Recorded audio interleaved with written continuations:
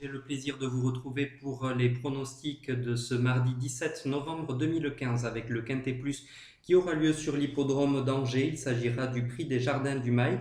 C'est un handicap deuxième épreuve, faute de partant dans le grand handicap d'Angers. Dans cette course, je vous conseille de suivre en particulier 4 chevaux. Le 1 adjutant, c'est le top weight de la course. Ce cheval vient de gagner sur 3000 mètres sur l'hippodrome de Chantilly.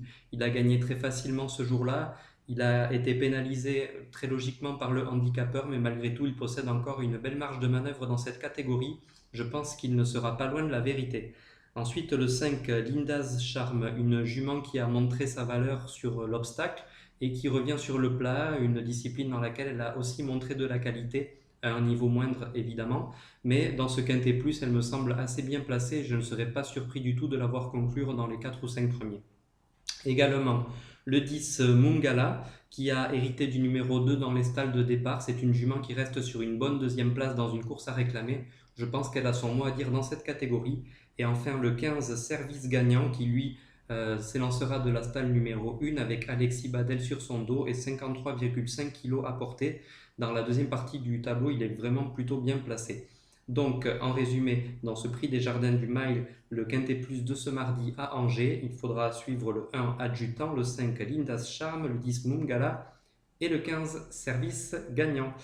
À suivre également au cours de cette réunion le Pic 5 Grand Handicap d'Angers qui aurait pu servir de support au Quintet Plus s'il y avait eu assez de partants. Dans cette course, je vous recommande de suivre en priorité le 6 Prince Nomade, un cheval qui a montré sa valeur à plusieurs reprises dans la catégorie des Quintet Plus. Il cherche sa course avec application. Également le 5 Testibar, troisième de cette course il y a 2 ans. Il apprécie particulièrement l'hippodrome d'Angers. Il me semble capable de briller dans cette course. Pour les amateurs d'outsiders, le 8 Tekers, un cheval qui vient de se balader dans une course à réclamer. Ce jour-là, il a pris tête et corde et il a vraiment gagné facilement dans la phase finale. Attention, il peut monter de catégorie. Et enfin, l'éternel mire, c'est le 7 Prince Jean d'Eau, un cheval remarqué à plusieurs reprises au niveau des Quintet Plus, en tout cas dans ce style de gros handicap, qui a souvent déçu malheureusement, mais dans un jour J, il peut vraiment gagner une course de ce genre, donc il faudra le suivre une nouvelle fois. Le 6 Prince Nomade, le 5 Testibar, le 8 Tekers et le 7 Prince Jean d'Eau à suivre dans le grand handicap d'Angers. Enfin, le Pic 5 qui aura lieu sur l'hippodrome de Lyon-Paris, cette fois pour les trotteurs, le prix de Provence avec le 15 Trou Normand, un cheval qui vient d'effectuer une bonne course de rentrée, qui aura à son sulky Eric Raffin, avec lequel il s'entend très bien, avec lequel il a notamment gagné au niveau des Quintet Plus.